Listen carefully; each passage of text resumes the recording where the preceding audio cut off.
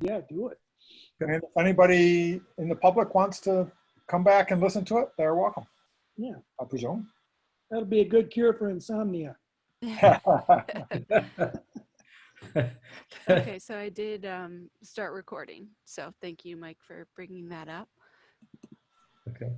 So we'll approve the August minutes at our next meeting, along with, Yes. hopefully along with the notes from this meeting. Yes. Okay.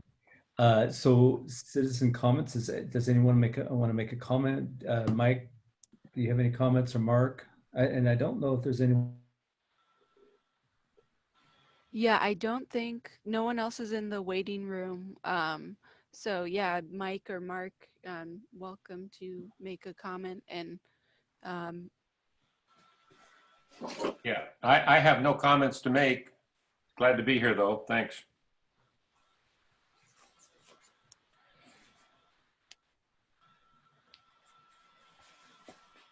Mike?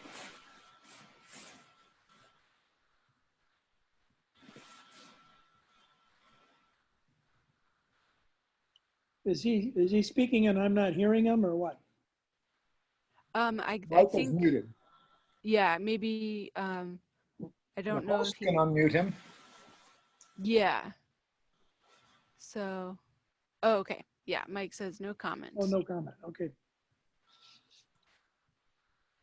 Sounds good.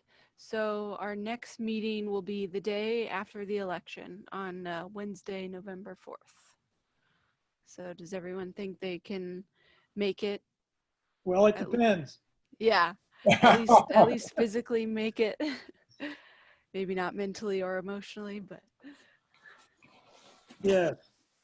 Sure.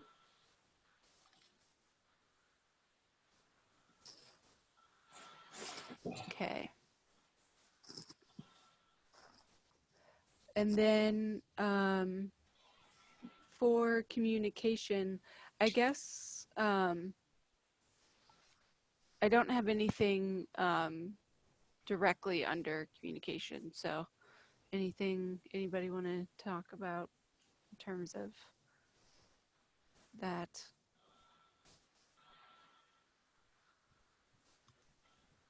Me. Okay. And then let's see. Oh, it looks like we lost David now that I'm looking at the participants. So maybe he'll come back. But I'll go ahead and continue if that's okay with everybody. Okay. The KCD Urban Forestry Grant, no major updates since August, just that it is, been pushed back to January tentatively to start organizing and trying to get people recruited to do the class and workshops and things like that. So no major updates there. Julia, do you have any updates on the Waterworks grant? Yeah.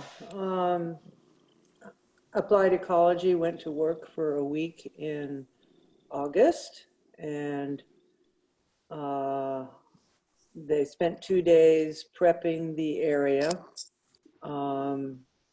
taking invasive plants away from around any of the native trees where they were going to HORAS spray, and also injecting any holly or laurel or other invasive non-native plants. So that was carried out on Monday and Tuesday. And then on Wednesday, fortunately, I left early in the morning and was gone until late Friday. They went ahead and, as planned, sprayed the invasive plants, and I think half the citizenry of McAleer Creek went ballistic that we were using aquatic approved herbicides in the area, which had been the plan all along, and is something that the landowners signed on to. And so there was a lot of blowback on that. I think because Lauren, fortunately, you were out of town and I was out of town. Steve had to deal with it. Ended up putting something on the listserv about how this was necessary to, and it was safe and was used in other situations. situations by the same company. So anyway, that's I what just- happened. And I've gone down and reviewed it since, and the ivy is in fact dying back very nicely. And we ended up using only a little more than half of what had been budgeted to do this summer and fall. And so we're going to go back in. I haven't heard back from Malia, who's with Applied Ecology, but she and I discussed going back in and doing some brush cutting, particularly between the creek and the road, where the blackberry has been poisoned, but, and so it's all down in the roots, but just going ahead and cutting back all that garbage and letting it compost in place, I think will be the plan. Also getting some of the clematis off some of the trees. That has to be done by hand. So those are things that are in the offing for this year. We're not planning to do anything more until next year, when we will review what still needs to be done in terms of invasive removal in the summer, and then start planting in the fall and the winter. I did, before we started anything, I made the effort to go to every one of the landowners, and I think I spoke with all of them, to just let them know what was going on, what our plans were, what the schedule was for this year and next year. And everyone who was a landowner seemed to be appreciative of what we were doing, and were more than happy to have us go ahead with the project. So that's kind of the update. We will be doing a little bit more in October, I hope, maybe even into November. Now that we're not doing any foliar or spraying, it doesn't really matter when we do the work. Sooner would be better, but we'll see. So that's my update. Thank you, Julia. And what I have shared on the screen is the update that went out while the work, or soon after the spraying happened, to just clarify what was being done. And yeah, the timing was a little bit confusing for people because I was out of town, and I had written out a very long email of things that may be happening during the week that I was gone, and this was the one thing that I forgot to mention in the email to my colleagues, but they were able to communicate with Julia and Actually Justin not. from Actually, they did communicate with me because I wasn't around. Yes, that's right. Mercifully.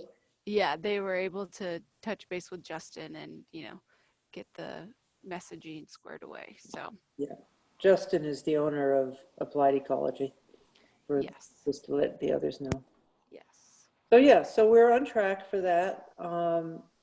They almost would have been able to do more property, but we're pretty much confining ourselves to that area because we can't go upstream because of the non-complier. And going downstream, we could do more work between the creek and the road for sure, but that is the point at which the slope starts getting really steep. Also, I have been coordinating with Mike Lasecki to some extent. He has had a crew at one of the landowners' property looking at remediation for their slope. So I'm hoping that the conservation district will be able to address the invasives on the slope, because without doing so, they're just going to creep back into what we're doing. But my understanding is that doing so is part of the plan. I have a question, and that is, how do we deal with this apparent conflict between the feelings of Lake Forest Park citizens about the use of the herbicides and the fact that the Washington Department of Ecology feels that they're acceptable for the work that we need to do? How do we overcome this? We're going to run up against this again.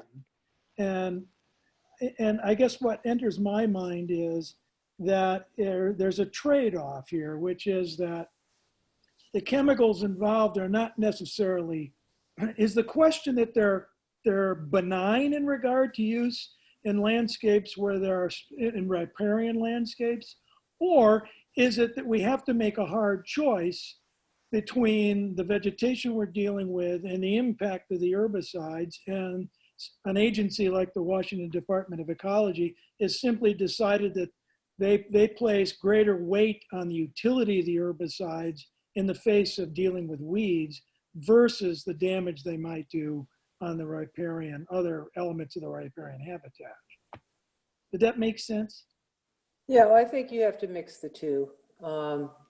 And frankly, I feel fortunate that we're able to get in and get as much done as we did using herbicides. In talking with Justin, he is of the opinion that probably trying to use herbicides again, based on his experience, isn't a great idea because of the blowback we got. Yeah. So What if we offered the neighbors the opportunity to pull the invasives instead of using the herbicide, saying, hey, you know, we need to do the restoration. We can't afford to pay people to pull it. So if volunteers will pull it. yeah, well, that's lovely in theory, but it's a huge area to do it. And Oh, more yeah. importantly, Well, then if they don't, we can go ahead and do the treatment. yeah, Nobody volunteers. If nobody puts their effort where their mouth is, they're voting with their For one- feet. yeah, well, that's true, but it might be a little harsh to put people in that situation. Yeah, it's totally harsh. I do it in my yard. But it's not the adjacent landowners necessarily who are objecting. No, it's not at all. I haven't All over really the community. anything. And Right. it's an issue that is, I think, a lack of understanding to a certain extent. I mean, I think if you queried the community about removal of invasive species and restoring native forest and habitats in our natural areas within Lake Forest Park, we would have a huge majority of the population who would be in favor of it. Yeah, But they think it can be done with volunteers and, you know, minimum wage labor, but that's simply not possible. right. So we have to somehow get it across that manual removal, though possible, would bankrupt the city. And Well, not only that, Oh. but if you do manual removal, you're going to leave the ground open for erosion.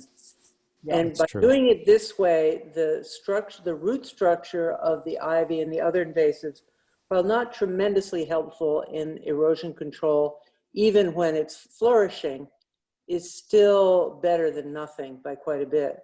Yeah. And so part of when I met with Justin and Malia the first time, they said, you pull all that out, you're going to have tremendous erosion. You know, you have to replant it right away, which we're not prepared to do at this point because there's too much invasives. So, you know, I mean, one of the complaints to the city that I saw, one of the emails was that, you know, we should go in and do it by hand. And yeah, it would be great to have the citizens do it, but it's backbreaking work. It's somewhat dangerous in that there are mountain beaver holes in there. There's logs to stumble over. It's not a pretty place to work at all. I mean, I've been down in there enough myself to know. So,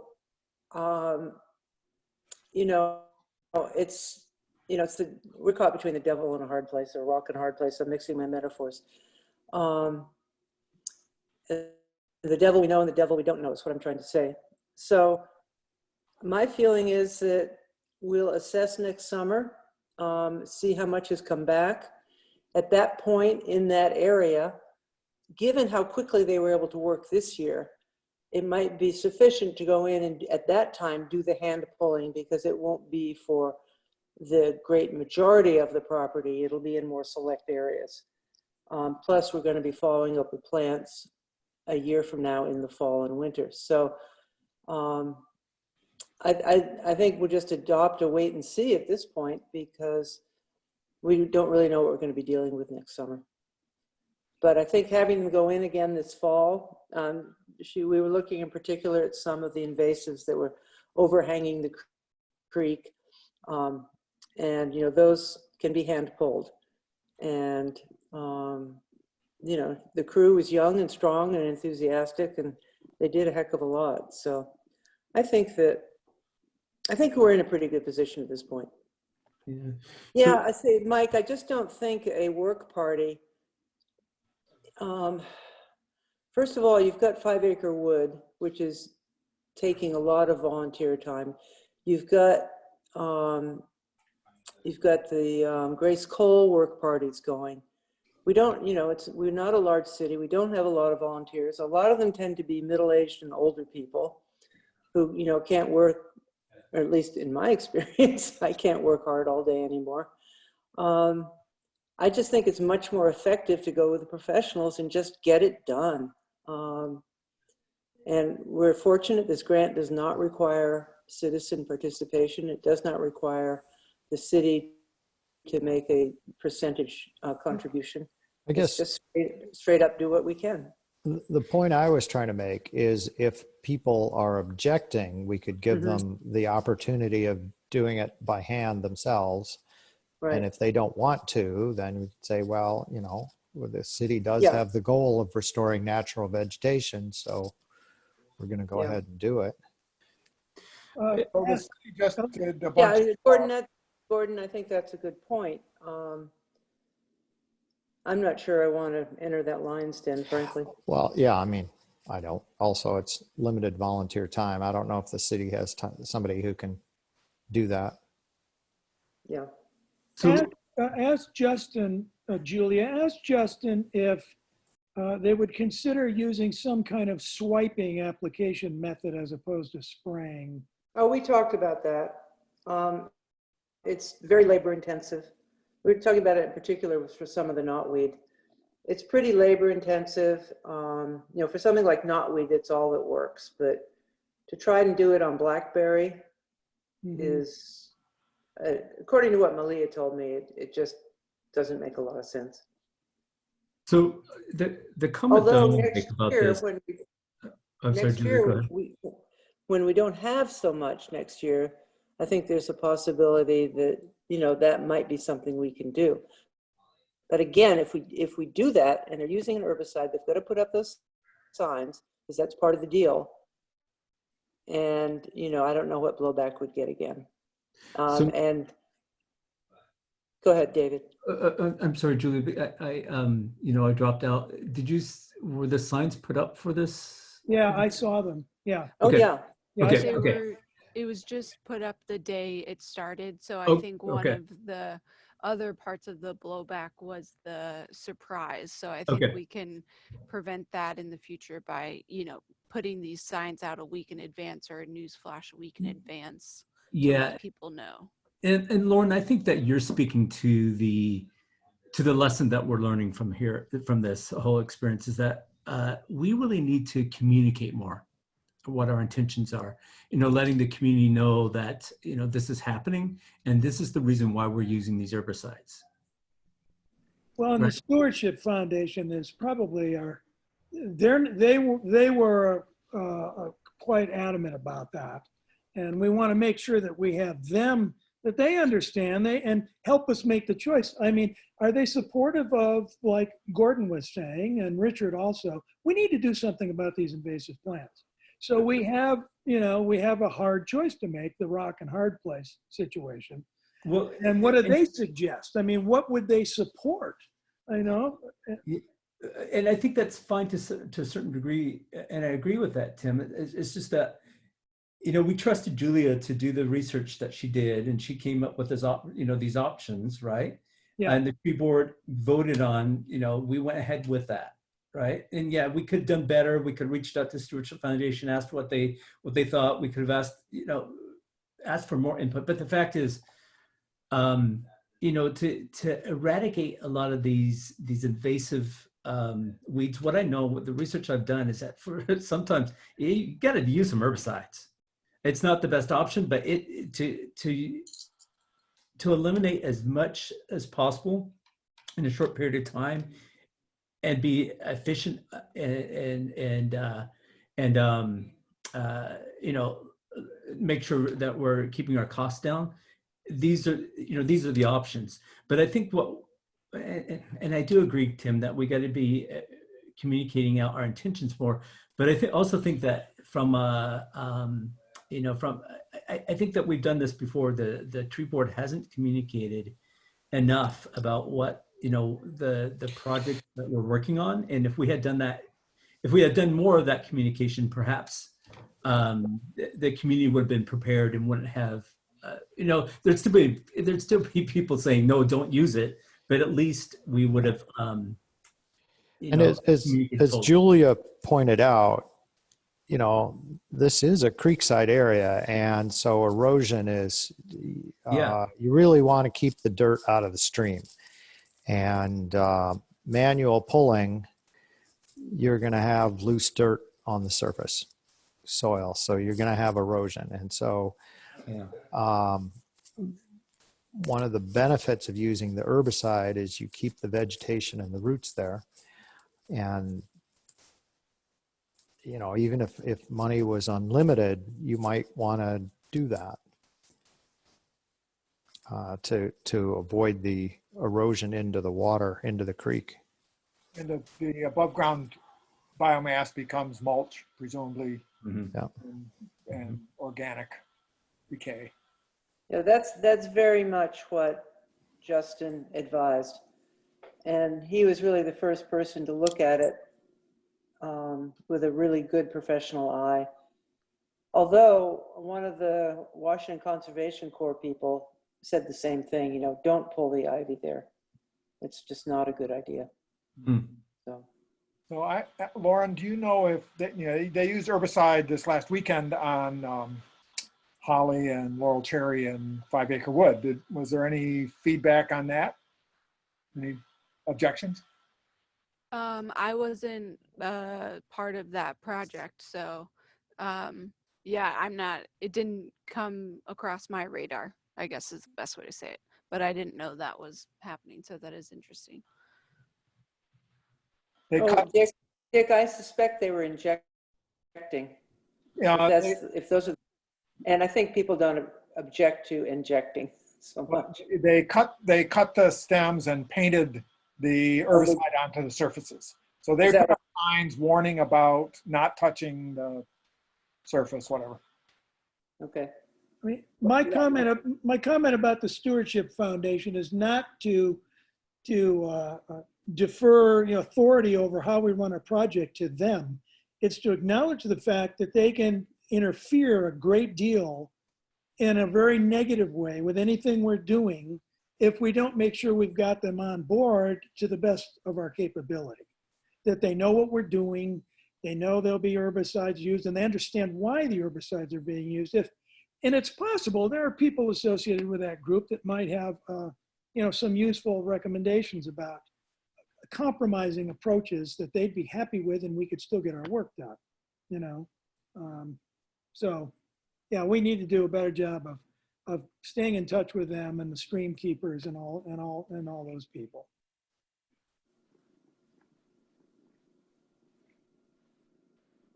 Could I ask a question, please? I was just curious, a little different, away from the herbicide, but it's pretty clear the work that was done right along the road. But I'm less clear about how much work, Julia, was done on the other side of the stream. Up to the toe of the slopes. Was it? Yeah. So the flat area near the creek up to where, and when it started to steepen, Okay. and the maximum was supposed to be 10 meters. And I don't think there's hardly one or two places along there where it's more than 10 meters. It's really clear the effect that the herbicide had along the road. Yeah, maybe I haven't studied it carefully enough, or I've only driven by. But is it having the same effect on the other side of the stream? Yeah. Great. Yeah. Well, it depends a little bit on what species were hit. Yeah. But even when I went down to Malia several weeks ago, you could see the line where they had started right next to the non-compliers property. And the ivy was already yellowing. It was just this very distinct line between the healthy and the treated. Yeah. So. Yeah, I've seen it too. Yeah, it makes a big difference.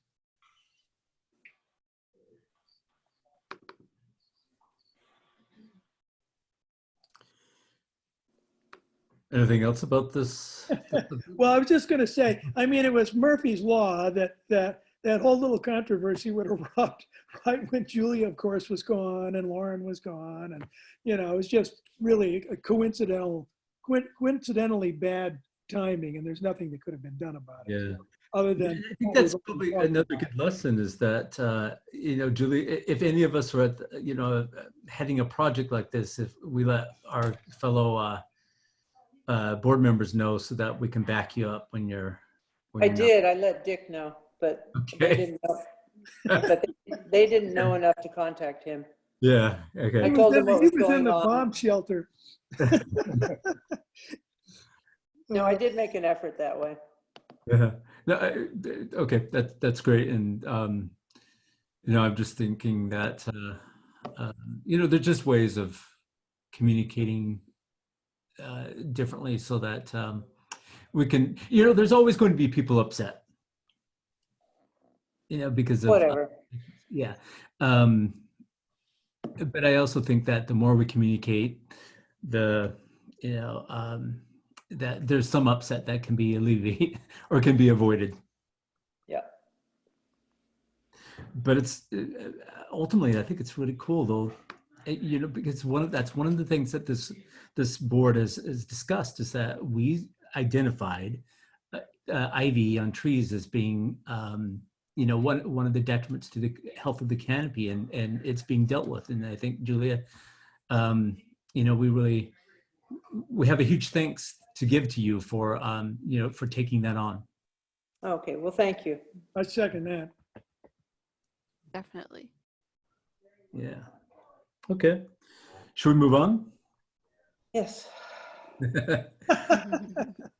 So the earlier this summer, Gordon and I had a Zoom meeting with Chris Oberdorf, and one of the main takeaways from that was that he was going to send us a larger document, that was more detailed with the methodology and par for the course a little bit, that he, we followed up the next week and said, hey, you were going to send us this document by this date, and he didn't reply back. And then he called me earlier this month or late September saying that he, encountered some things personally, and, he's still working on getting that to me, and he's wanted me to call him for more details, and I called and left a message, and he didn't call me back. So still struggling to get the detailed methodology document. But Is there any way, I mean, he's been blowing us off for a year. yeah, Is there any way we can apply more pressure to him? I know what's worked in the past is when Steve contacted his boss. So that may be a good I strategy. propose that Steve contact his boss Yeah. Mm-hmm. and say, look, this is part of your deliverables. And if you want to do work for the city in the future, you need to fulfill your obligations. Yeah. And Hopefully that we we need it by can. November. What'd you say, David? And that we need it by November. Okay. There's no, we can't move forward without that information Yeah. Right. to a certain degree. Sounds good. No more can do beating that. around the tree. Yeah.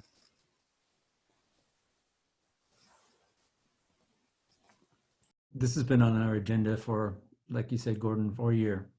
Yeah. Mm-hmm.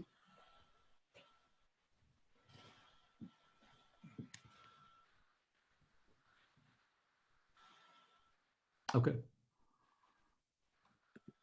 Anything else about that, Lauren?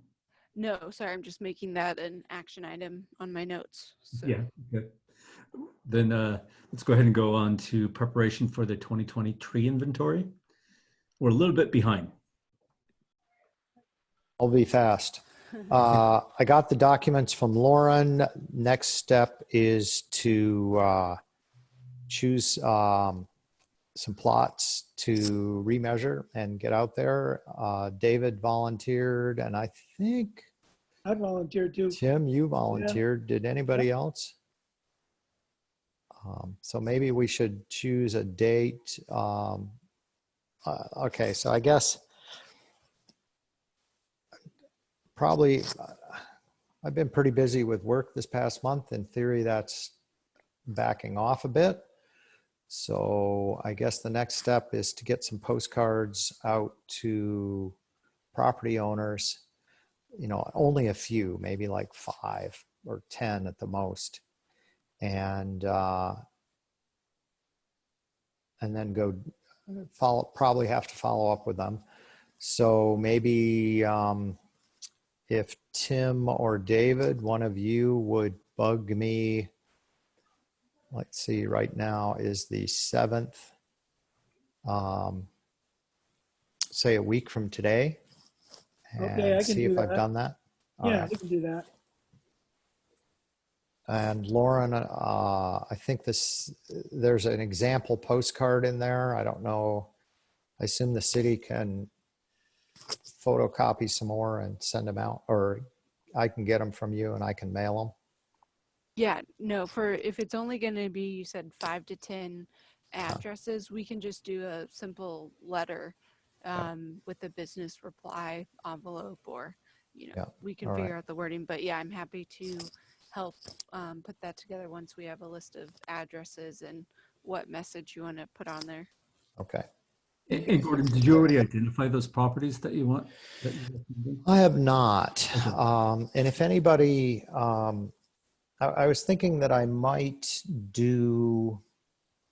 there's some larger plots and smaller plots, and I was figuring I'd do the larger ones. And if I would probably choose some that had some bigger trees on them, because bigger trees are of interest to us. So let's start with those. But if anybody either has a neighborhood that they're particularly interested in or something else, because, presumably we're going to go remeasure all of these plots eventually. Does it make sense to choose a segment of the segment of Lake Forest Park that has the densest canopy cover? Should choose some there? Sure. And do we want to add any new plots to this inventory or just remeasure old ones? Okay, there's two things. I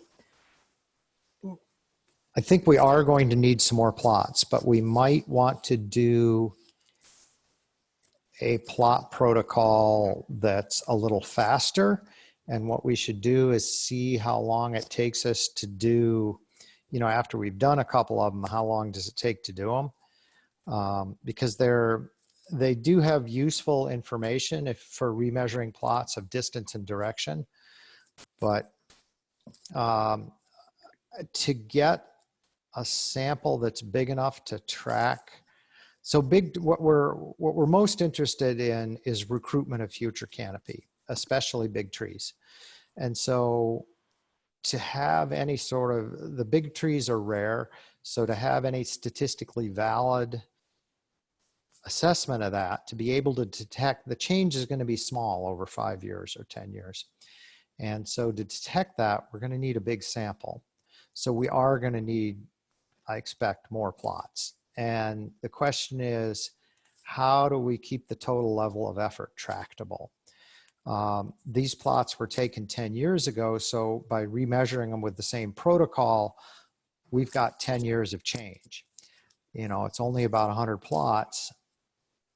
So we're going to have only a handful of big trees, but it's a start. It beats waiting 10 years. Yeah. Mhm. So that's sort of, It seems to me, Gordon, you also had pinpointed some segments of the canopy study, looking at the maps that seemed suspicious for very reasons about the status of the canopy and so on, that might be places we'd want to include to go look at and see what's going on, what happened here, what's the deal with this, yeah. Am I remembering that correctly? It seemed like there were some suspicious areas we wanted to go look at. Yeah, I think that might be for adding plots. Yeah, for adding plots. Yeah, that's what I'm thinking.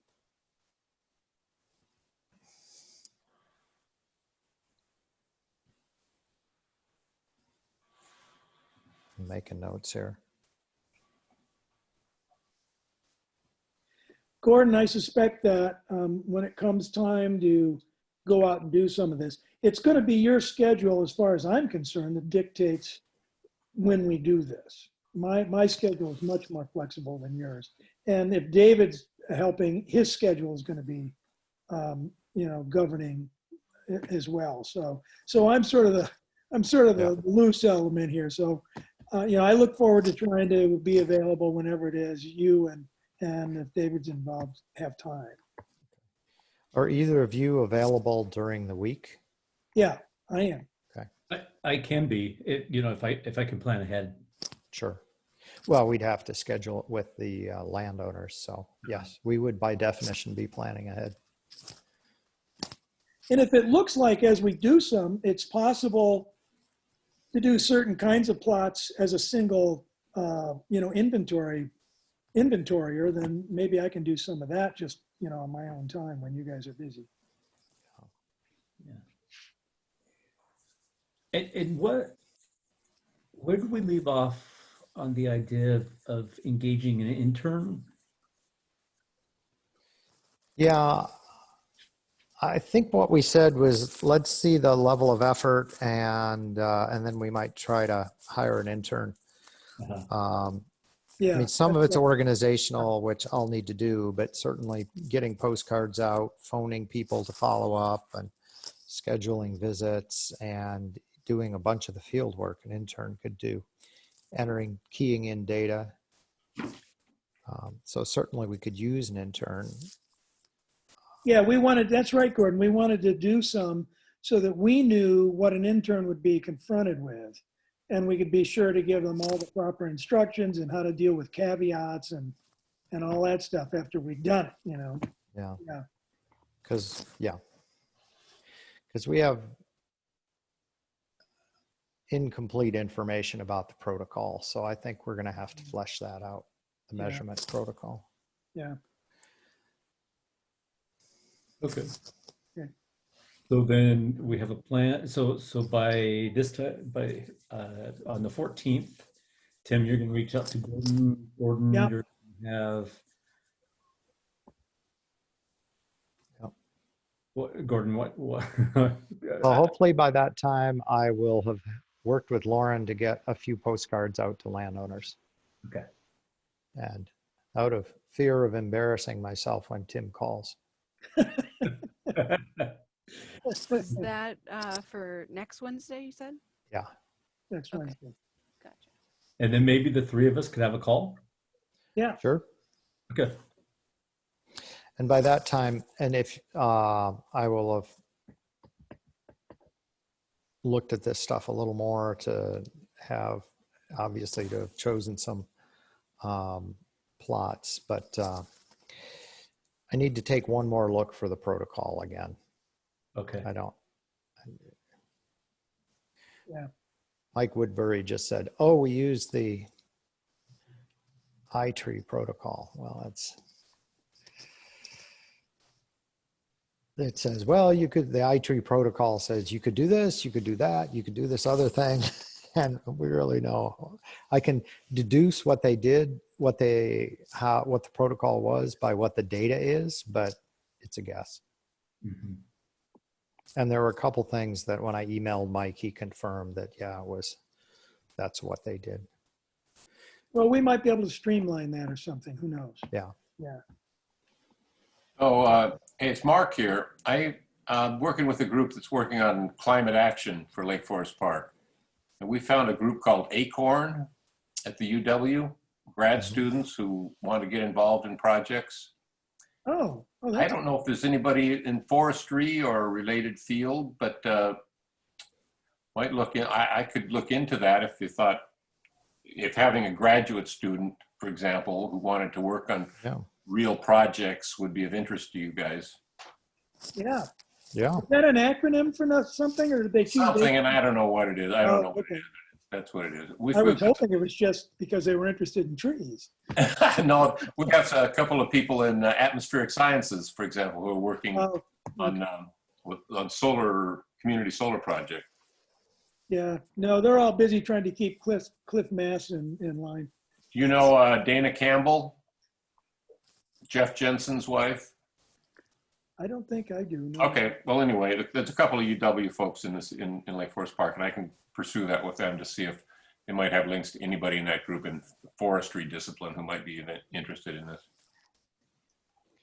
And Richard, do you know any of those folks? I mean, my contacts in forestry are now 20 years old, and a lot of the people I knew when I was there are gone. Well, I have one. If you recall, I contacted. I can't think of his name. I have it in my Bob folder. Edmonds.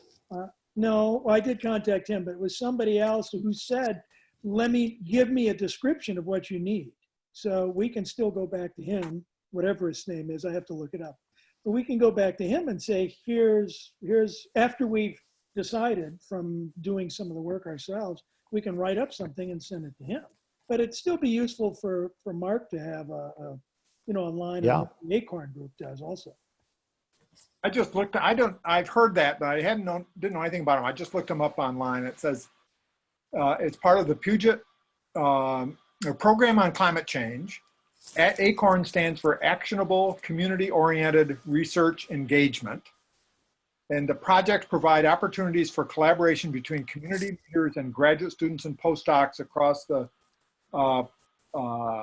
program on climate change. Each project addresses an individual climate and/or energy-related challenge defined by the community and enables students to enrich their research experience and apply quantitative, analytical, and communication skills beyond the boundaries of their primary academic focus.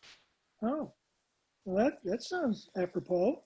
Well, so there may or may not be people in forestry in that group. I thought it was a little wider group of people, but still, I'll ask the question if they know. Yeah. It makes sense to look into it, I think. And if you had somebody in botany or biology, that would be fine. Right. To put a climate angle on this, we could say, what species of trees here are most sensitive to expected changes in the climate? Mhm. And then they could do some quantitative analysis about, gee, how much of our canopy is in those sensitive species. Yeah. And then I would always say, and all I need to do is stick around for 30 years and remeasure trees. So,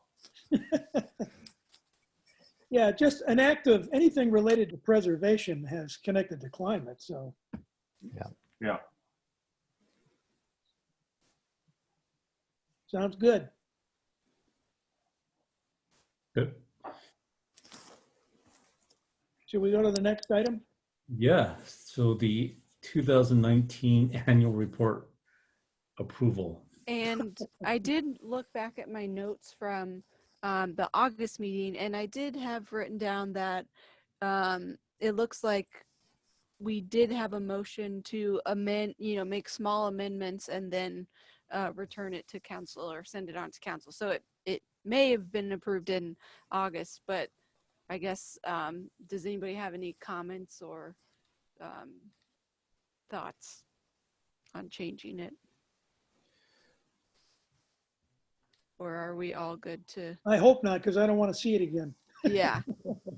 Do we have Yeah. a motion to approve it Well, again? should we, maybe that's what we could go ahead and do. I'm pretty sure we did approve it in I think August. we did too. Yeah. Okay.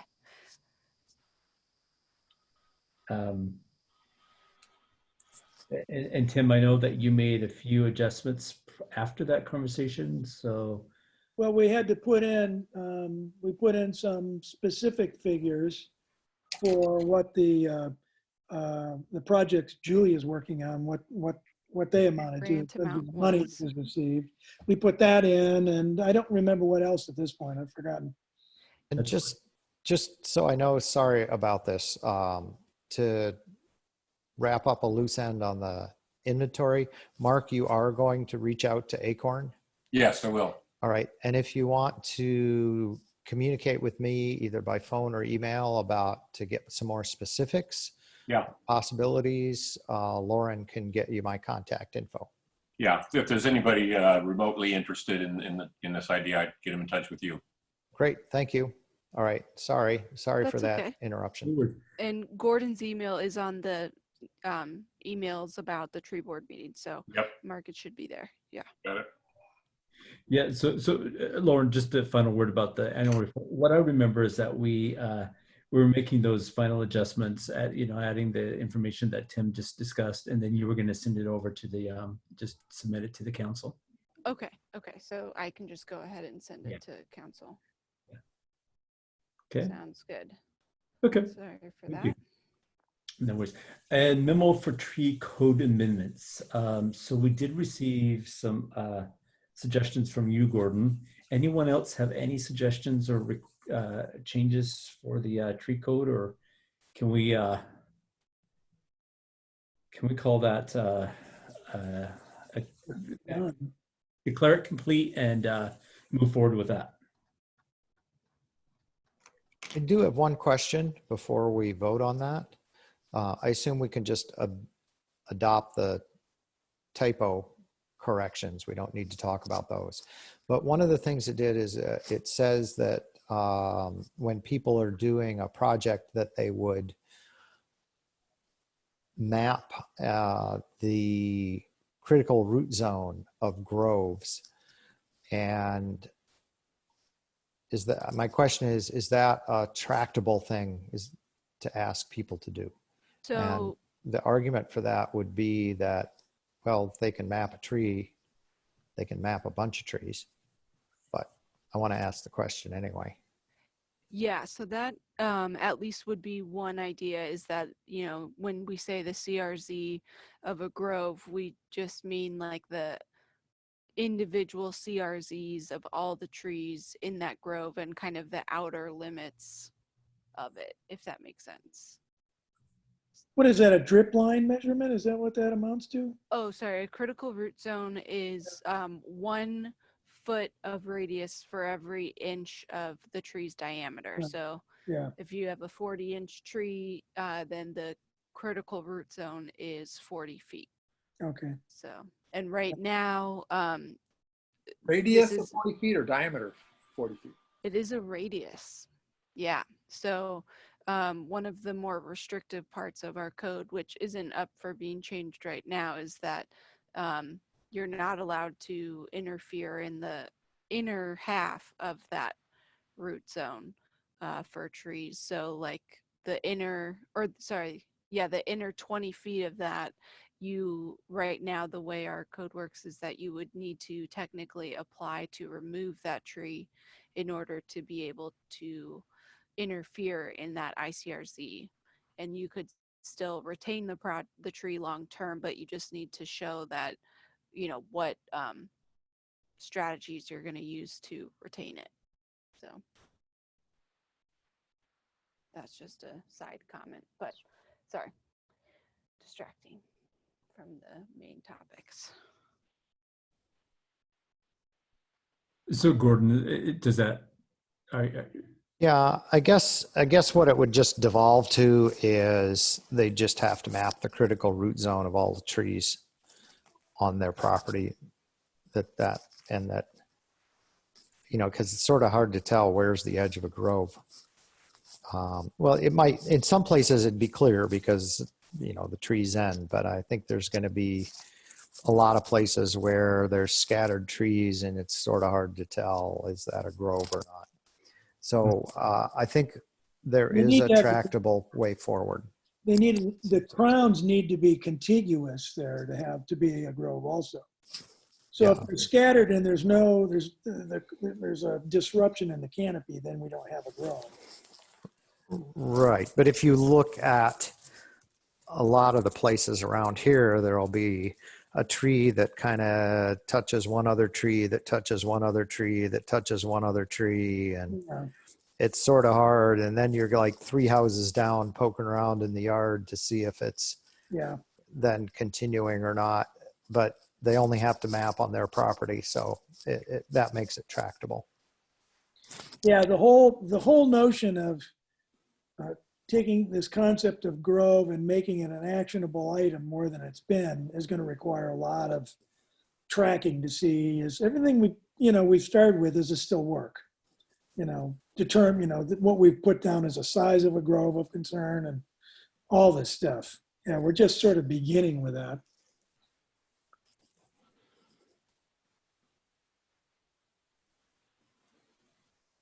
so is there any action item that you're suggesting, Gordon, or are you just clarification at this point? No, I think this discussion has convinced me that it is implementable and the language can stand as it is. Okay. Okay.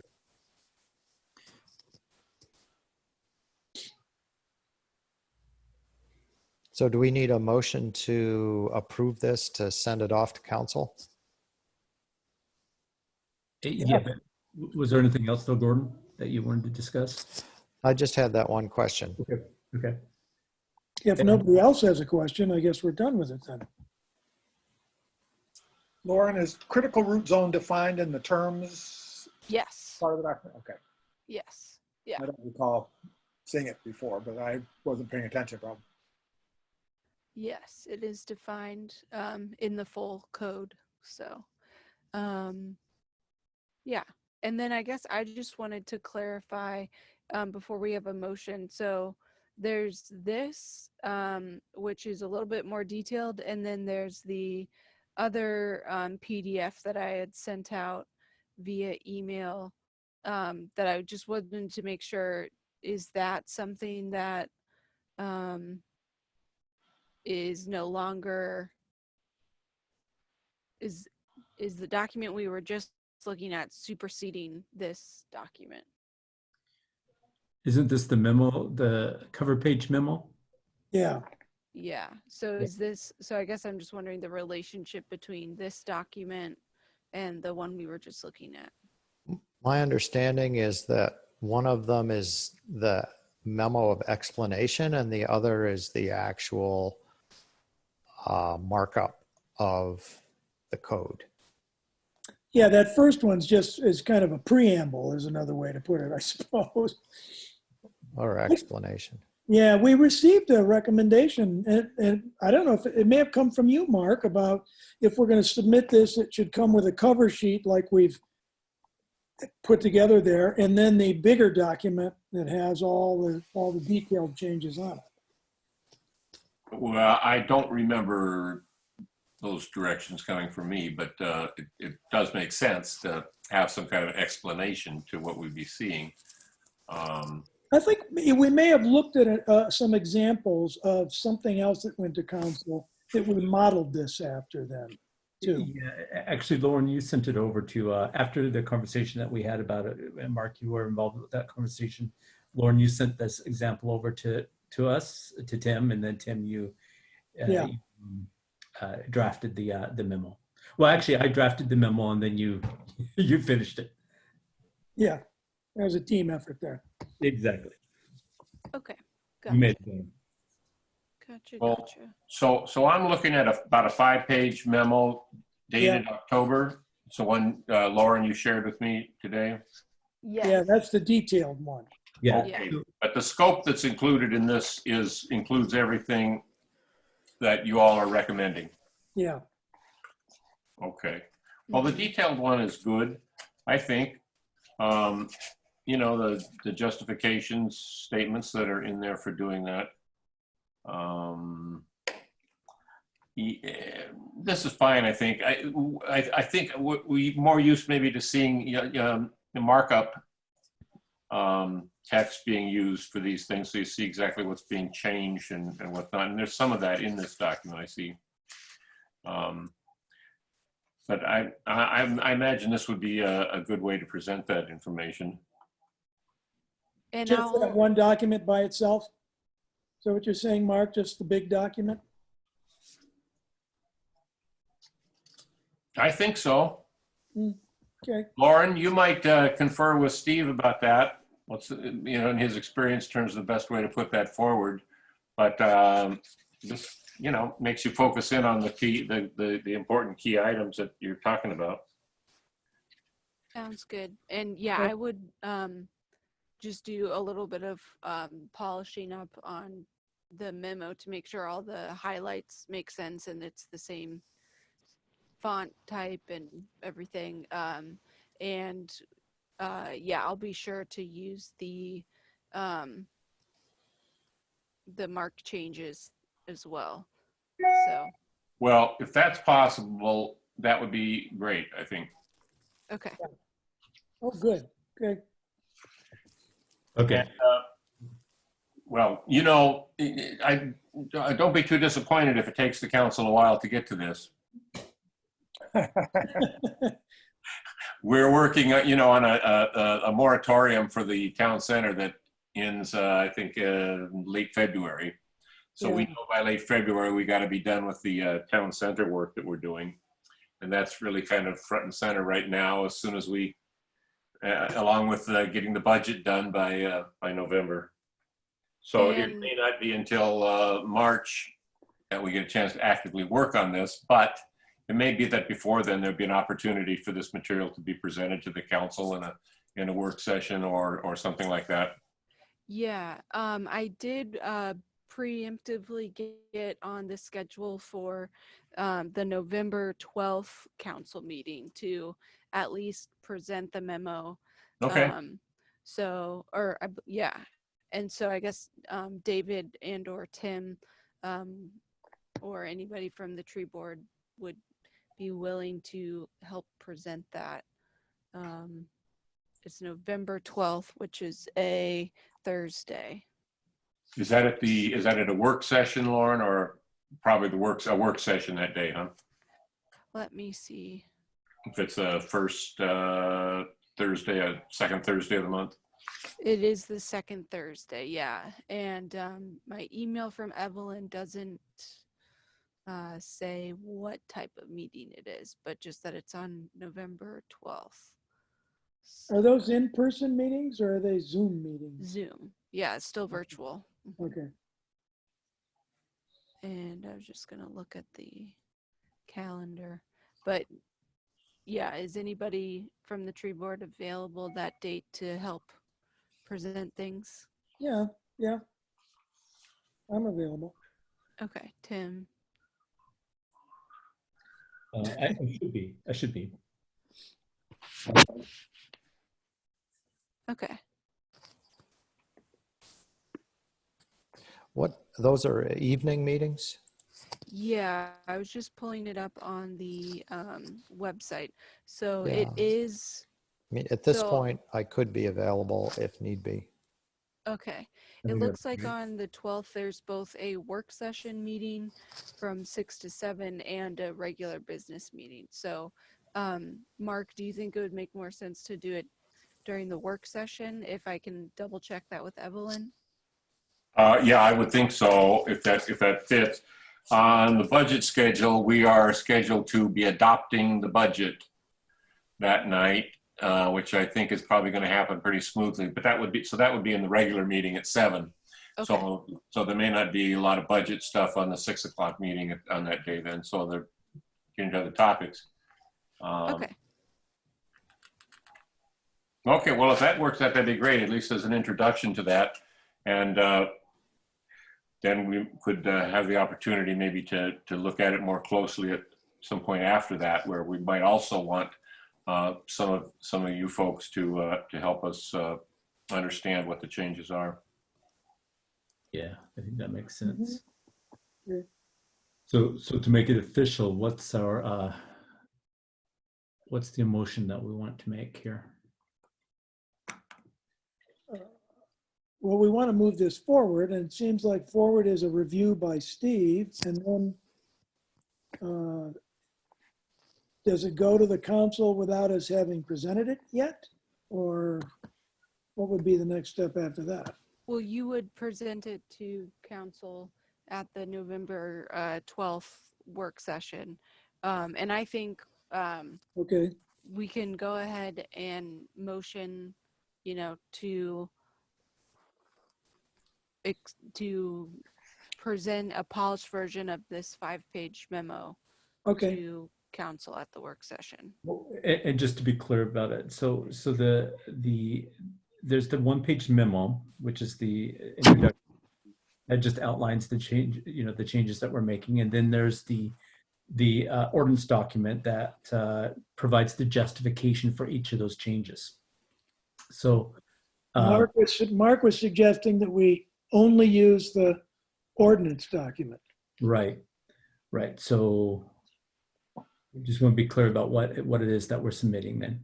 Yeah, I think that we could combine the two memos into this 5-page memo that kind of walks through the justifications, and then a track changes document of the full chapter that is just black and white existing and proposed track changes. Right. So, so Tim, you mentioned that sending it over to Steve. My understanding, Lauren, is that we already had Steve look at it, and he did have some questions about our recommendations.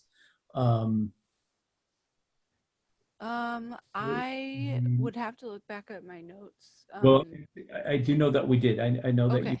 you sent it to Steve. He did have some questions about it, and I think we've since addressed those. Okay. Are we submitting it to Steve again prior to sending it to the council? Well, don't- only if Mark thinks we should do that. That was his suggestion a little bit ago. Uh-huh. But after having looked at this, maybe we just go with what Lauren said and not worry about what Steve is gonna, without Steve having to see it again. Well, Or the motion could be that, you guys are approving to submit, these 3 documents, and then the motion would include a phrase about, like if, Steve approves using all 3 or something. Yeah, Steve would probably be the one technically who puts the information forward to the council. yeah. So, and would probably write a 2-page cover memo that would be part of the council materials, just summarizing the work that's been done, and then attaching the stuff that that comes through this process that you're working on here. So, And- In that case, he may want to use that memo we've already created as a cover sheet. It's Or up to yeah, him. as a basis Yeah, to it's up to start him. from. Yeah. And we will still have the November 4th meeting to, maybe I can make it a goal that Steve would have that ready by then for you guys to review. Okay. So Okay. maybe the motion is presenting all of this to Steve. submitting it as a complete work from the tree board for his next steps that Hmm. could be submitted to the council thereafter. Right. Okay. I second that. Lauren, Do it did you? that way? Okay, the motion to submit the complete package of the 3 different documents to Steve Documents, isn't it? to put together to eventually submit to council. Did I get that interpretation correct? Sounds like it. Well, there's a timeline because you've already reached out to the council. I mean, to put this forward in November. Yes. So he needs to, we're requesting that he reviews it, at least a week prior to to the council meeting. Yes. And then, yeah, ideally it would be presented to you guys just to, approve and celebrate on the 4th. Yeah. So. Yeah. Okay. So the motion with some dates is the, motion to submit the 3 documents to Steve to review and put together as a complete package by the November 4th tree board meeting for their approval. That would then, or for their blessing, I guess, that would then be submitted to council for the November 12th work session meeting. Sounds good. So that's the motion. Yeah. I Uh, second it. you second it? All in agreement? Aye. Anyone who disagrees? Okay. Thank you. Thank you guys. Yeah. Good work, everybody. I'll go back to the agenda. Okay. IVL. Yeah, so I did receive, I think, one email from somebody for September, so that was cool. Mhm. But basically, it's on me and Dick to put together the prize ideas, and I think I still need to reach out to everybody because Dick, you had offered up some trees that you have, and so I was going to reach out. I believe the next step was I was going to reach out to people to ask which one they would want, or we would like consult with them to see which one would be best suited for their yard. Does that sound That sounds fine. I've forgotten what I said I had now. I have one Japanese maple. I have some Styrax japonicum that I think are really attractive. Both are small trees. And if you want something big, you want to dig out some hemlock seedlings out of my yard. I'm happy to get rid of them because otherwise I'm going to pull them out. gotcha? It's nice Um, to know there are hemlocks coming up somewhere. Yeah. I've planted a dozen hemlock seedlings in our back woodlot in the last 2 falls. So, Dick, can you resend me like just a summary list of what you have available? Yes. Okay. I also think I have a Western red cedar and probably a few little Doug firs too, if they want any of those. Okay. Gordon, could you send me a list as well? It just say I have some and they're little ones. They're just natural regen. So we'd have to, somebody I'm sure has some pots and we could just stick them in a pot. Okay. So They're already in pots, so they're ready to go if anybody wants them. yeah. So Richards are going to be a little robust because you're always going to do damage to the roots by digging them up. So And now's the time of year to be transplanting or planting woody plants. So yeah. And Lauren, did you mention the last time we talked that, and Julia, you can confirm, did you offer some consulting services for?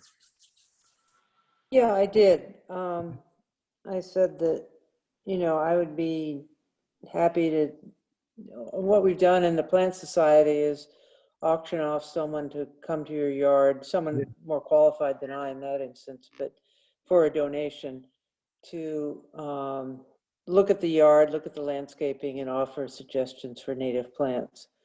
And, I think Dick would be more qualified to do it, but I think I could do it well enough to. do it as a team, Julie. There we go. Yeah, we could do it as a team. Just come in and say, no, you really don't want to put that there because it's a shaded area, and what you really want is this. And so I think that that would be a pleasant interaction for someone with the ID out. Okay. Yeah, I think that'd be And awesome. Yeah. you guys would feel okay doing that with COVID and everything, is just like with masks and stuff? Yeah. that's Or fine. social distancing, I think we can make it work. Okay. Cool. Sounds good. Thanks for helping me out with that. So, Lauren, have you been in communication with any of these people since? Not for a little bit, no. But I have communicated, like responded back to everybody saying, thank you for your submission. We'll be in touch. So, and they all were excited. So, Okay. Do you have their addresses or is it just email address?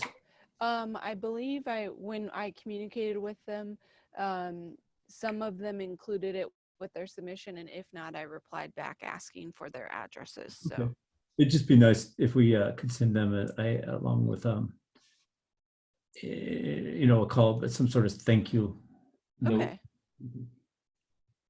Yeah. That we can all sign, that the tree board could sign. Mm-hmm. Okay. Could I ask a question? It's Mark of Julia of Lauren actually. And it has to, I was pulling some ivy off of the steep slope behind my house. It goes down to Perkins Way.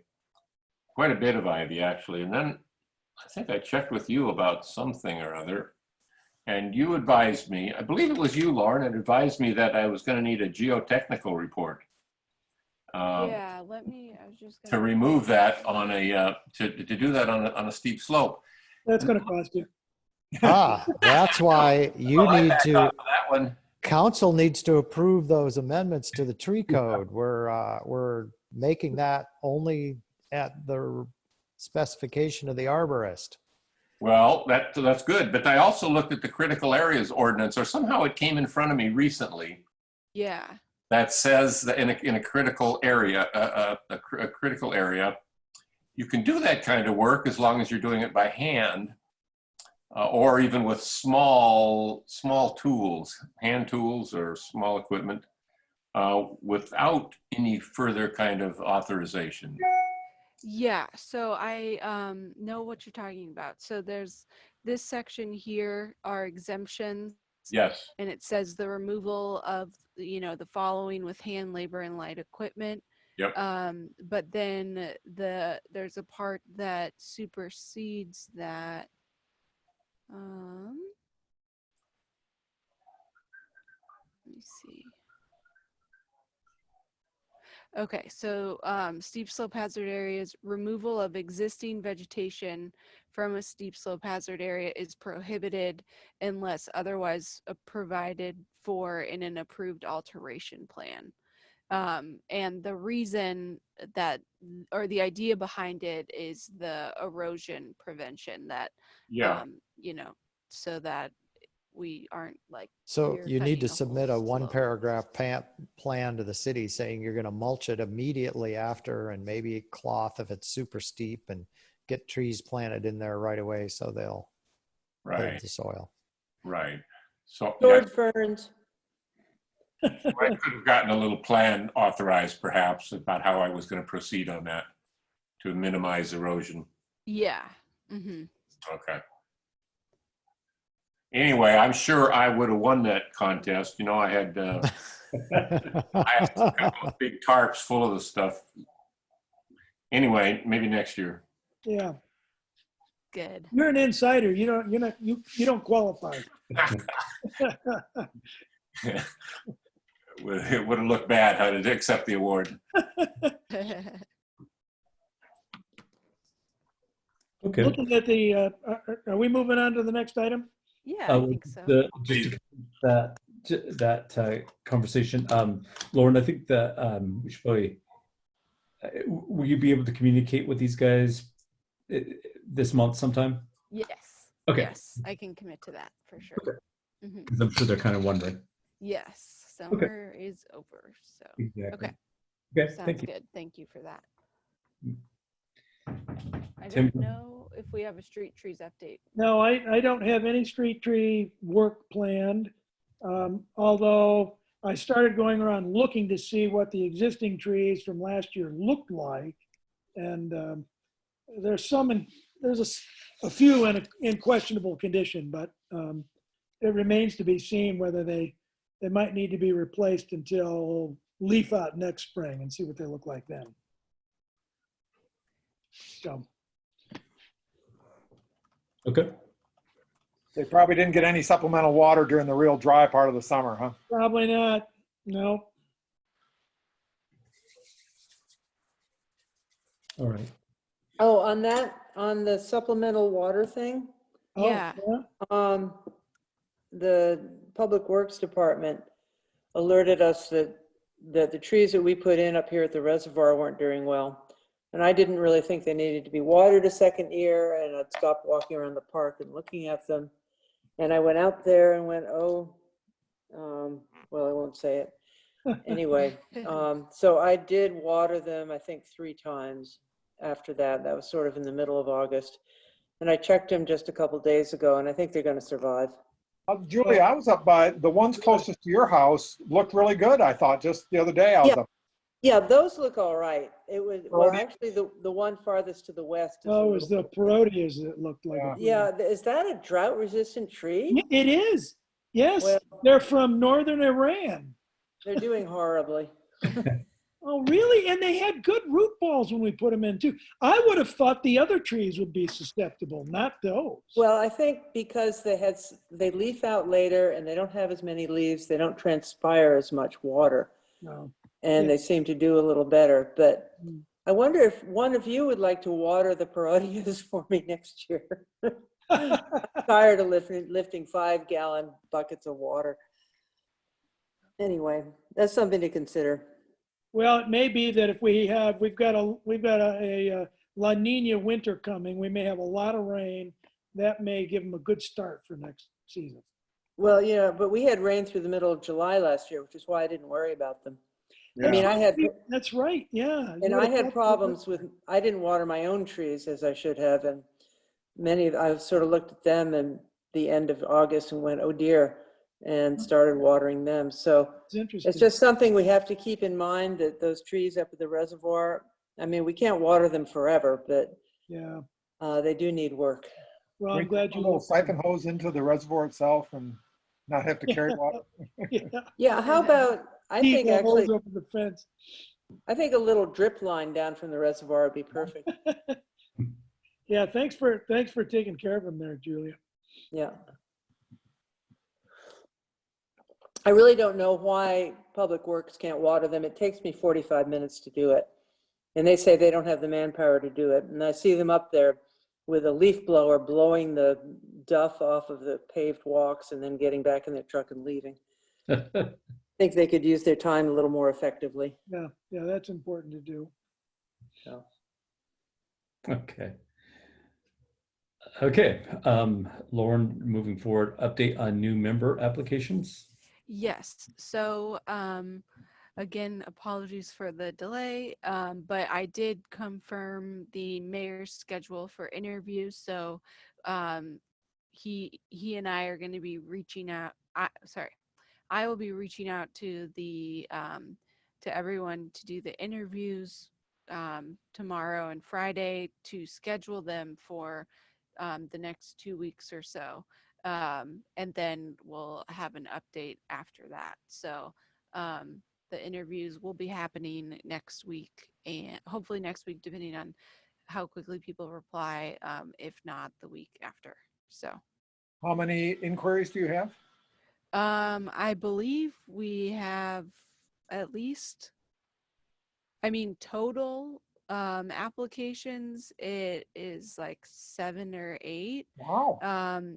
And then as far as people who have been responding or, keeping in touch, 1 or 2 of those people may have dropped off, because there was at least 1 applicant from March who I haven't heard from since then, despite reaching out a few times to check in. So, but yeah, we definitely have a good amount to choose from, because only 2 positions are open to Lake Forest Park residents, and then there's 1 position open for if there's someone outside of Lake Forest Park. And right now we only had 1 application that was from someone outside of Lake Forest Park. You know, if you got lots of good candidates and you want to rope them in, I'm happy to resign and free up a space. No, I'm serious. We're going to ignore that. Yeah. It would be good to have some overlap, get new members in with the experienced board members still intact for a while, and then maybe rotate another 1 or 2 in. Mm-hmm. You want to leave board? Yeah, sounds good. So that's my update on new member applications and interviews. Okay. Okay. Then, our next conversation is we're gonna have to select a new chair and a new vice chair. How do you want to proceed? I think how we've done it in the past is that we make, we call out who we nominate, we make some nominations, and then we simply vote. And I think it does make sense, Tim, if you're still willing, is to chair the tree board, given that you've been vice chair. It's seems like you would be the perfect candidate. Well, I guess, yeah, realizing that the hierarchy usually moves in that direction from vice chair, I kind of knew what was coming. So, yeah, I'm amenable to that.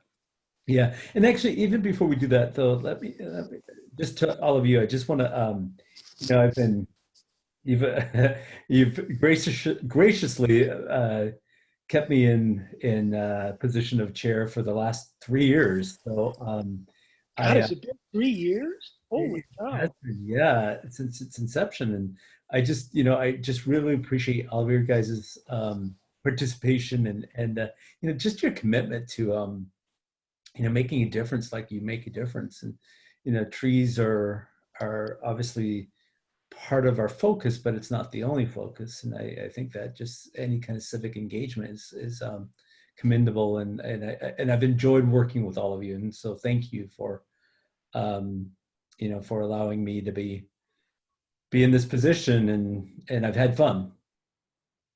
Does this mean you're going to disappear there, David, or what? Not currently, no. Okay. You revert back to a regular member. I do, yeah. Okay. I thought, David, you and Tim were just going to swap places.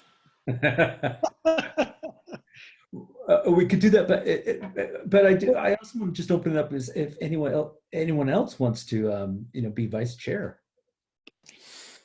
I was thinking it'd be a good thing to have Groom Richard for eventually taking over as chair.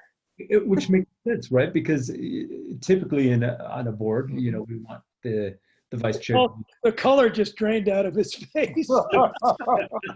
It looks healthy pink, I think. My mind is scrambling about how to graciously say, I'm sorry, it's not something I really want to do. Uh-huh. Okay. But I'm sorry, it's not something I really want to do. And Gordon? Yeah. Gordon already made his position clear. Yeah. Yeah, but this locks you in a bit if you take on being vice chair. No, I've got other volunteer obligations that are kind of going wild. Got it. Julia? Well, no. No, I mean, I would have resigned. I mean, Gordon and I were both going to resign a year and a half ago. I know. Mhm. I'm sticking around to finish this project, but that's really all I want to do. Okay. I'm not a board person. Okay. It just doesn't She's suit me. very active. She's never bored. Well, why don't we go ahead and do this? Why don't we, Tim, if you accept, we the nomination, and let's vote for Tim to be chair. We'll have to railroad one of the new members into the vice chair slot. Well, let's take care of that, and then we'll talk about the vice chair for a moment. Okay. So everyone who who votes for Tim being the chair, say aye. Hi. Okay, Tim, congratulations. You are now chair of the tree board. Okay. I move that we adjourn this meeting. I second that. Before we do that, what I will do is I can't be vice chair until we have some new members coming on, and then we can revisit that position. I think that'd be good. Since I'm still working full time, I don't want to take on any further responsibility. Sure. No explanations necessary. Yeah, but I do think it has to be official. I think you have to vote for me to be at least the interim vice chair. Well, I will nominate David to be vice chair. I second. Everyone in agreement? Aye. Aye. All right. Thank you, David. Yeah, thank Yes, you, thank you. David and Tim and everybody. So Yeah. David, this means that all you need to do is maybe provide a little coaching, and I'll have to do the rest of it. You Yeah.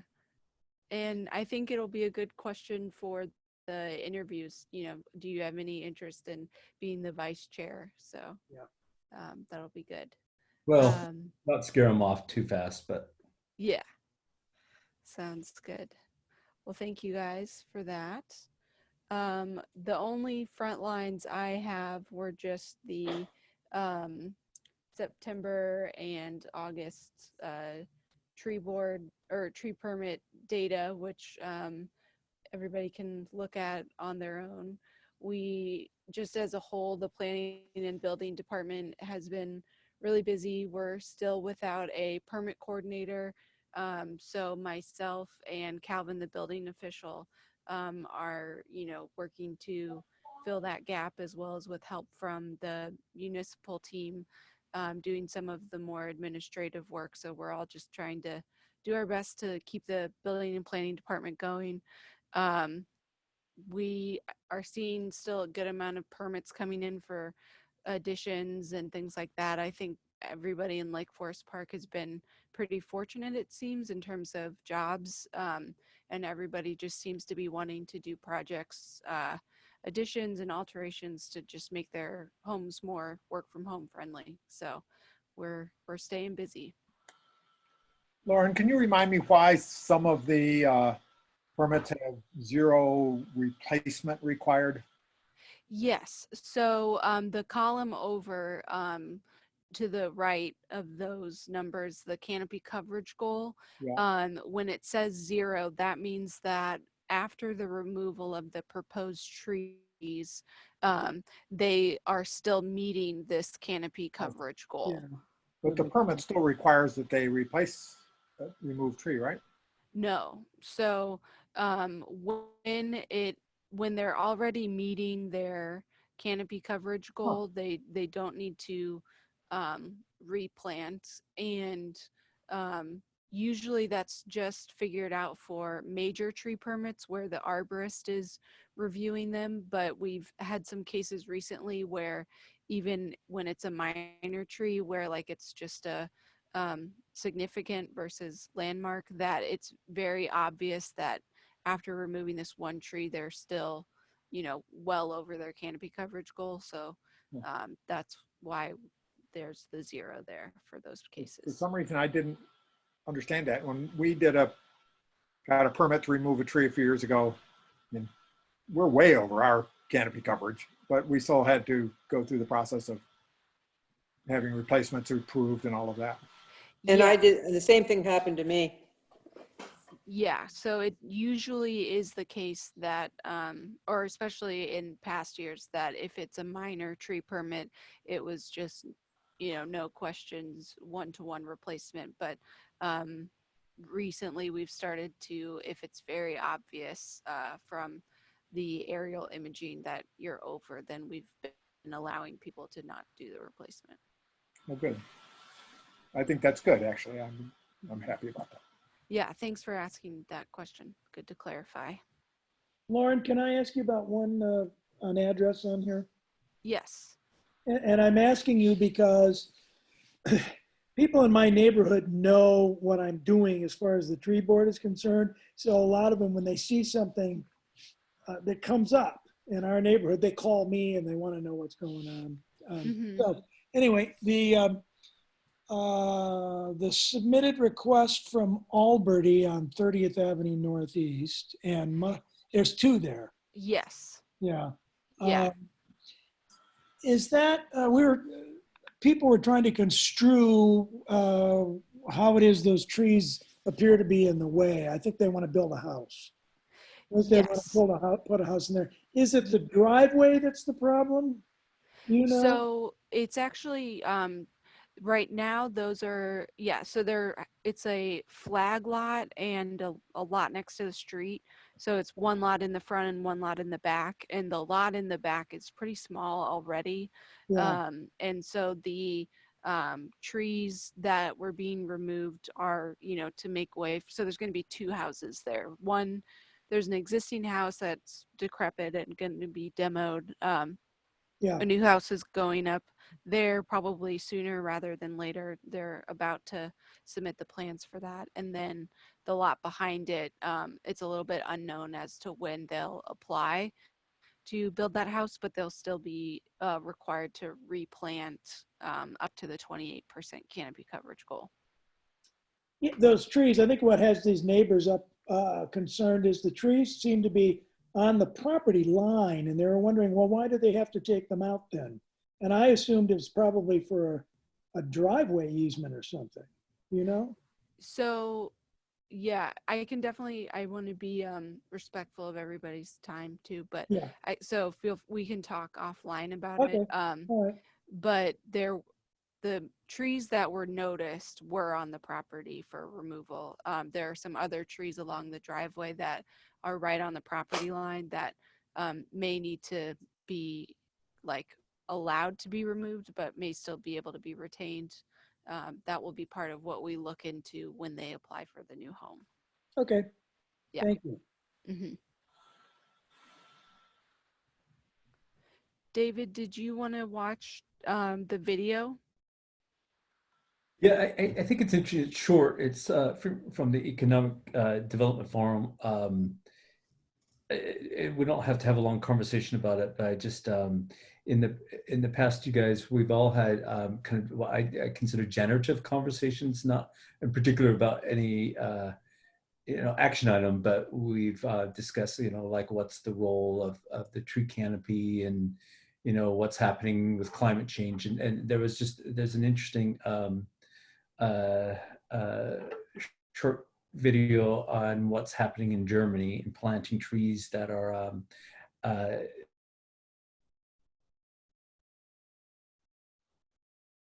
More drought tolerant. Did we lose you, David? Mhm. I will go ahead Yeah, and run the video, yeah. start playing the video.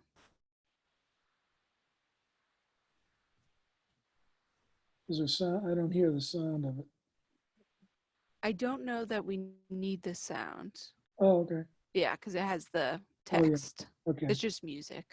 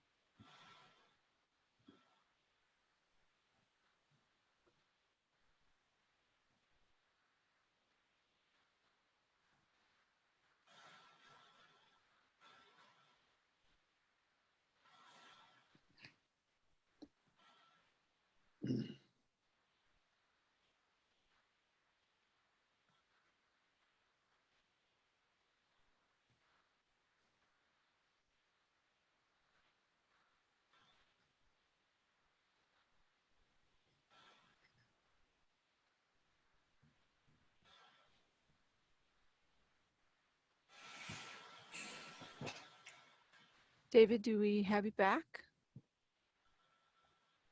Let's see. Well, we're waiting for David. There's a couple of things, I don't know, Richard, you might know about current research on plasticity of trees and if they get started in a certain environment, are they a little more adapted? There's certainly seed sources. You could choose stock from a seed zone that has the climate more like what you expect it to be. But when people talk about 1 trillion trees, nurseries are a real bottleneck. I have one client who has close to 10 million trees under contract in the next couple of years, and that's all they can get, and they need substantially more than that. It's just they're looking at buying old nurseries that have been closed and refurbishing them and restarting them to generate their own trees because there's just not enough seedlings available. It's a big problem in restoration projects. Yeah, not having the right material it's often that there are trees available, but as you said, Gordon, they're not the trees that are, you know, of the correct provenance or, yeah. So it's hard, big problem in restoration work to get the things that are needed, not just any old thing. I know there's a project gearing up in School of Environment and Forest Sciences on campus with one of the researchers has a sizable plot of growing genotypes of a variety of plant species. And it's part of I don't know if it's a nationwide or worldwide project to look at selecting for more drought tolerant or climate appropriate trees. And the one in Seattle is just one of many garden plots for that study. Yeah, well, and that kind of work has been a traditional direction for a lot of botanical garden plant introductions and plant breeding programs too, to find plants that are hardier, plants that are more drought tolerant. And then this all comes into play too with assisted migration. So yeah, it's possible that over time the downy oak could be seen to be migrating from southern France in the direction where they're currently planting them, but it just won't happen fast enough, you know, to satisfy the needs of the German forest. Right, and the landscapes are so segmented that migration often isn't possible. Yeah. And oaks are a heavy seeded species, you know, those seeds don't go very far unless some critter carries them. Richard, do you happen to remember who the faculty member is doing that plant study? Sue Kim, he's a plant physiologist. Oh, okay, cool. Korean. Yeah.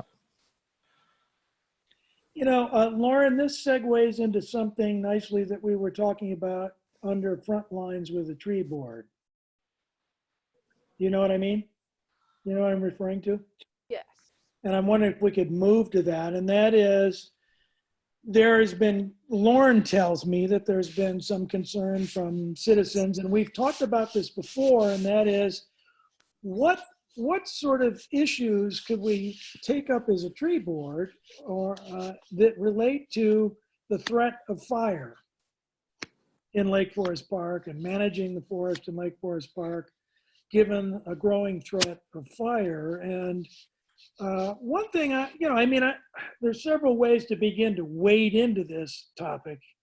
It's difficult because at first it seems like it's contrary to a lot of the preservation, you know, tact that we've been talking about. But at the same time, we can't ignore the fact that, you know, there could be a significant fire started here from lightning or something in the future. We're supposed to have more thunderstorms coming.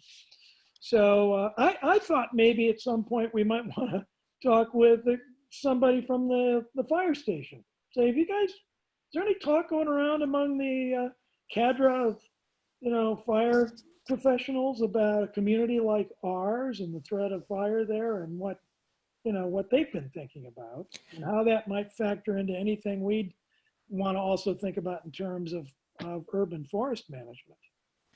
I haven't looked about risk of fire in these situations, but how to limit the travel of fire has been very well qualified. And there's basically 3 principles, and you can look up to get the exact numbers. But one is you want to have a fire break between the ground and the canopy, so a ground fire doesn't get up in the canopy. Number 2, you want to have breaks in the canopy, so fire that is in the canopy that's moving horizontally runs into a gap before too long. And then the third thing is just the total amount of flammable material up in the air that you want to limit it. So maybe it means having separate groves rather than one big grove. And how does the fuel load on the ground factor into what we just said, Gordon? Yeah, I mean, I guess that would be the 4th factor, is the ground fuel load. And then it matters of, is it fine fuels or coarse fuels? And yeah. And then you start getting into the details.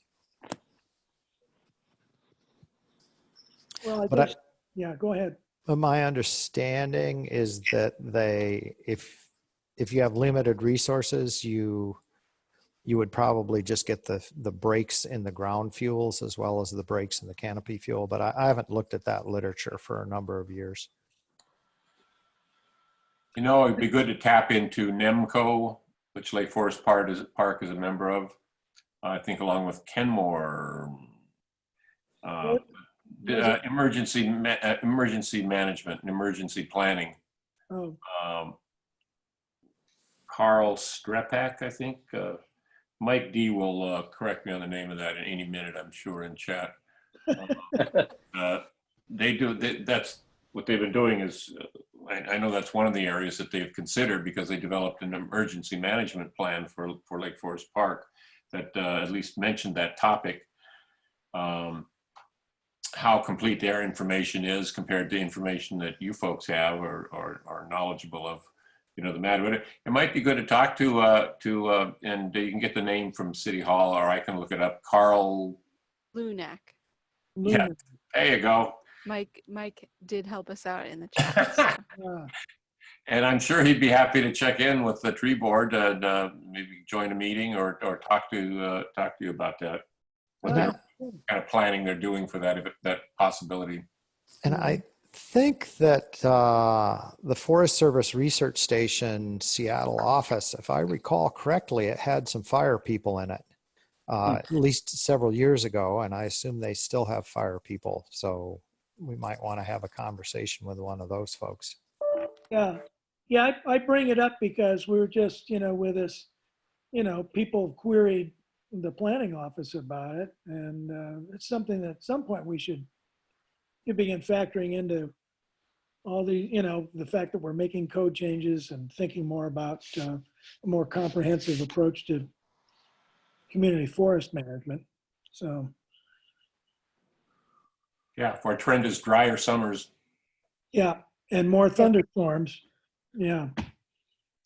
The one thing I think it doesn't concern us on the tree board, but I'll just bring it up for Lauren's benefit because it might come up at some point in the future, is home construction and the flammability. They're looking at the towns down in Oregon, Talent and Phoenix, that just went up in flames. The trees didn't burn, and it was the houses that provided all the fuel, you know, and I don't know what the, clearly I don't know what the requirements are for building here, but things like fine screens over the roof, very fine screening over your attic vents that go to the outside, these types of things that prevent embers from going in.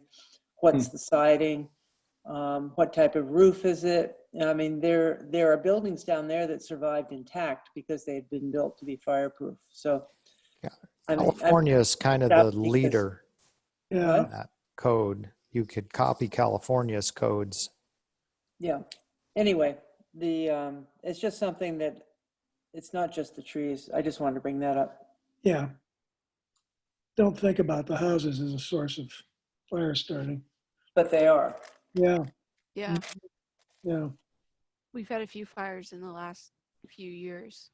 So, house fires. Well, I'll be keeping that in mind. So I have property on Orcas Island surrounded by woods that I've been worrying about too. So it's on my mind. So try to get something on the board agenda to talk more about it.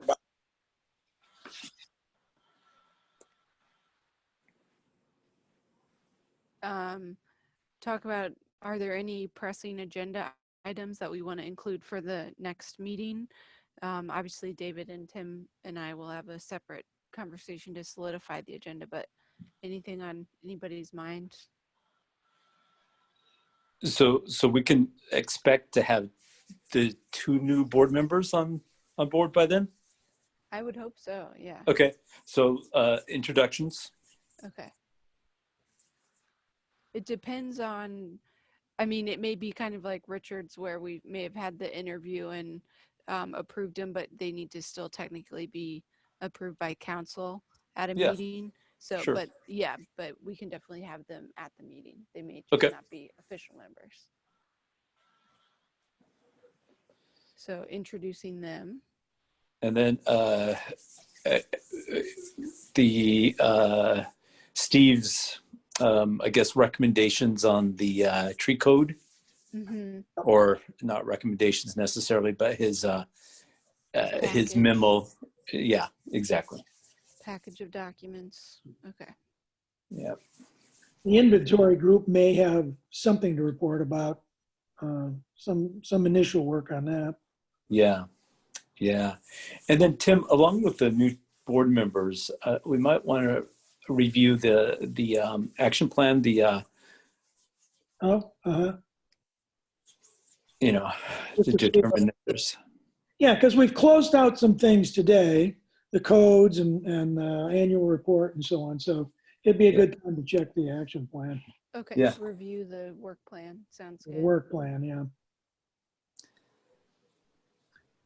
And I'll have updates from Chris Overdorf and Yes. I Yeah. hope so.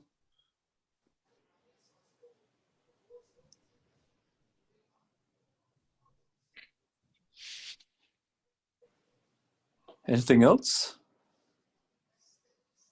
Nothing I can think of at the moment. Okay. Okay.